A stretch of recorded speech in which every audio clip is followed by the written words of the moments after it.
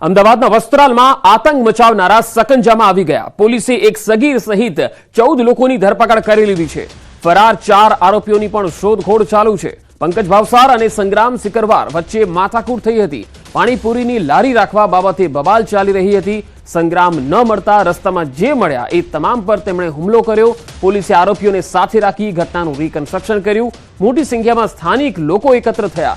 આરોપીઓએ સ્થાનિકોની માફી માંગી। पंकज भावसार અને સંગ્રામ બંને વચ્ચે એક જૂની અદાવતના ભાગરૂપે અને જે આ ઇમ્પિરિયલ છે ત્યાં એક પાનના ગલ્લાની અંદર એક પાણીપુરીની લારી છે। એ લારી આગળ આ સંગ્રામની બેઠક હતી અને સંગ્રામની બેઠક આગળ બીજી પાણીપુરીની લારી જે હતા એ પંકજ ભાવસારને મૂકવા માગતા હતા। એ બાબતનું એમનું ચાલતું હતું। એ દરમિયાન એમને માહિતી મળી હતી કે ભાઈ સંગ્રામ હમણાં તાજેતરમાં જેલમાંથી છૂટ્યો છે એટલે એના ઉપર હુમલો કરવાની એમની ફિરાક હતી। એટલે બપોરે પણ એ જલપરી સોસાયટીમાં ગયેલા પણ સંગ્રામ મળેલો નહીં। એટલે રાત્રે એની બેઠક આ જે પાન પાર્લર આગળ છે એટલે ત્યાં હશે એમ સમજીને આ સમગ્ર જે ટોળું હતું એ ત્યાં આવેલું અને ત્યાં આવીને એમને સંગ્રામ ત્યાં મળેલો નહીં પરંતુ રસ્તાની અંદર જે પણ ટુ વ્હીલર અને જે રાહદારીઓ હતા એમના ઉપર એમને આ ધોકાને વરસાદને કરી અને આતંક મચાવેલો હતો।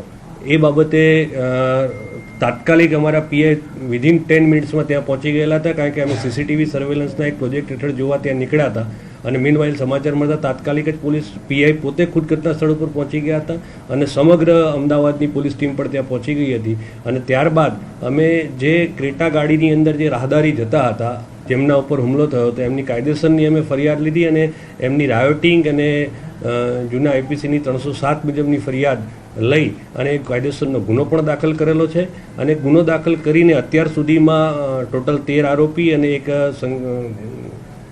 જુવેનાઇલ એમ કુલ 14 જણાને અત્યારે રાઉન્ડ અપ કરી અને આગળની કાયદેસરની કાર્યવાહી ચાલુમાં છે।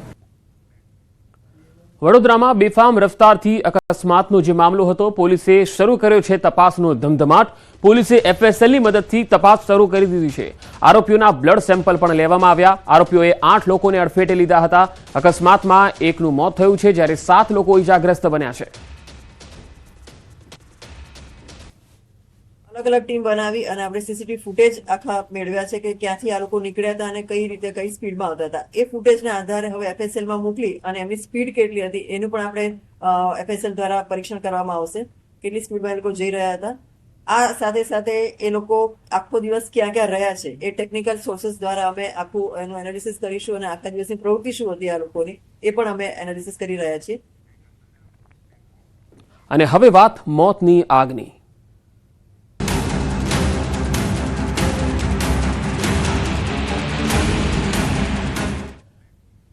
રાજકોટમાં એટલાન્ટિસ બિલ્ડિંગમાં આગમાં 3 લોકોના કરુણ મૃત્યુ થઈ ગયા।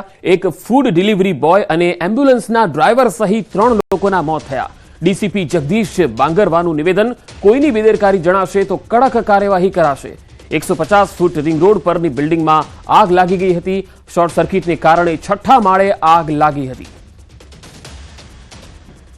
તો એટલાન્ટિસ બિલ્ડિંગમાં આગ લાગી હતી જેમાં 3 લોકોના કરુણ મૃત્યુ થયા। શોર્ટ સર્કિટને કારણે આગ લાગી હતી। એક ફૂડ ડિલિવરી બોય અને એક એમ્બ્યુલન્સના ડ્રાઈવરનું મૃત્યુ થયું છે। આગ લાગવાની સૂચના મળ્યાથી પોલીસની ટીમો તથા ફાયર બ્રિગેડની ટીમો તાત્કાલિક જગ્યા ઉપર ગઈ અને ત્યાંથી કુલ 35 જેવા માણસોનો રેસ્ક્યુ કરવામાં આવે અને 5 માણસો જેને ઇન્જરી થઈ હતી બર્ન ઇન્જરીઝ એમને સિવિલ હોસ્પિટલ ખસેડવામાં આવેલ।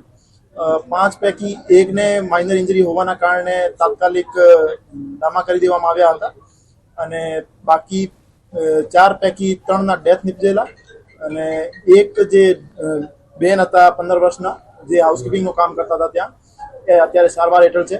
એક મૃતક અજયભાઈ મકવાણા હતા જે સ્વિગી ડિલિવરી બોય હતા અને સ્વિગીની ડિલિવરી માટે આવ્યા હતા। બીજા 2 માણસો જે હતા એમને આઈડેન્ટિફાઈ કરી લેવામાં આવ્યા છે।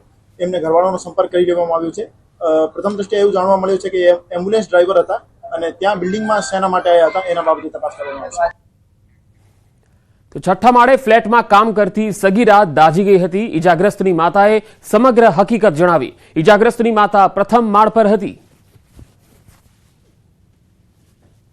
मेरा जो अगला अगला बिल्डिंग में दूसरा बिल्डिंग में काम करती थी मैं। फिर वो भाभी को कितना काम बाकी रखी बोल के देखने को गई तो उसको पता नहीं है आग लगेला उसका आग आ गया उराड़ो पारती थी तो भाई ले, नहीं तो पूरा हो जाती मेरी लड़की उधर ही। एक भाई को पता चला तो उसको पकड़ी, मुख चुप अंदर लिया, फिर उसको थोड़ा कम ही लगा है, हाथ जला है। आ बेन છે જે કવિતાબેન, એમના ભાભી કંઈક છઠ્ઠા માળે કામ કરે છે, એ બીજા બિલ્ડિંગમાં કામ કરે છે।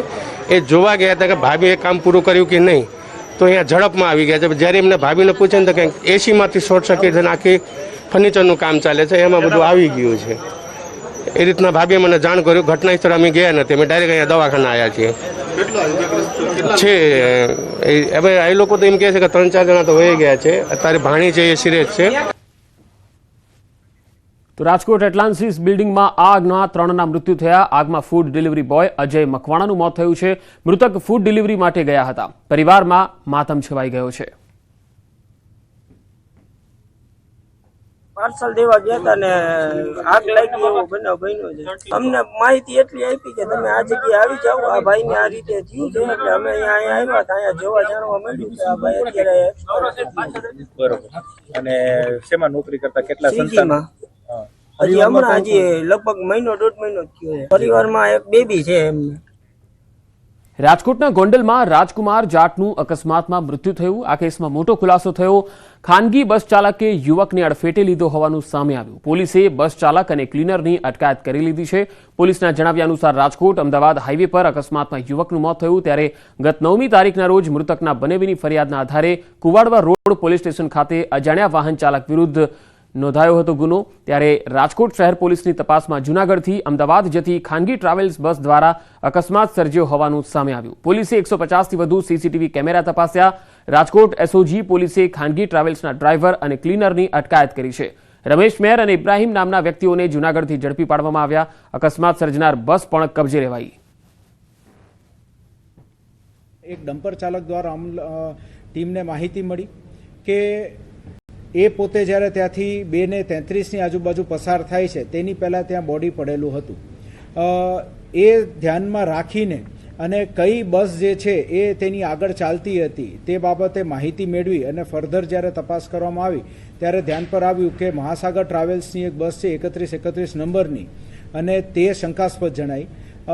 તે શંકાસ્પદ જણાઈ તેના આધારે તેની ટ્રીપની માહિતી મેળવી અને ડ્રાઈવર કોણ હતું તેની માહિતી મેળવી અને આગળ જૂનાગઢ પોલીસની પણ મદદ લઈને તે જે ડ્રાઈવર હતા તેની પૂછપરછ હાથ ધરવામાં આવી। અને પૂછપરછના અંતે તે ડ્રાઈવર દ્વારા રાત્રિનો સમય હોય અને બ્રિજથી એ પોતે જ્યારે નીચે ઉતરતા હતા એ જ સમયે અચાનક જ તે આ વ્યક્તિ જે છે રોડની વચ્ચે ચાલ્યો જતો આવેલો હોય અને આંખ પર એને પ્રકાશ પડતા તેને દેખાણું નહીં અને તેનાથી એક ભૂલથી એક્સિડન્ટ થઈ ગયેલો હતું તેવી કબૂલાત આપવામાં આવી છે।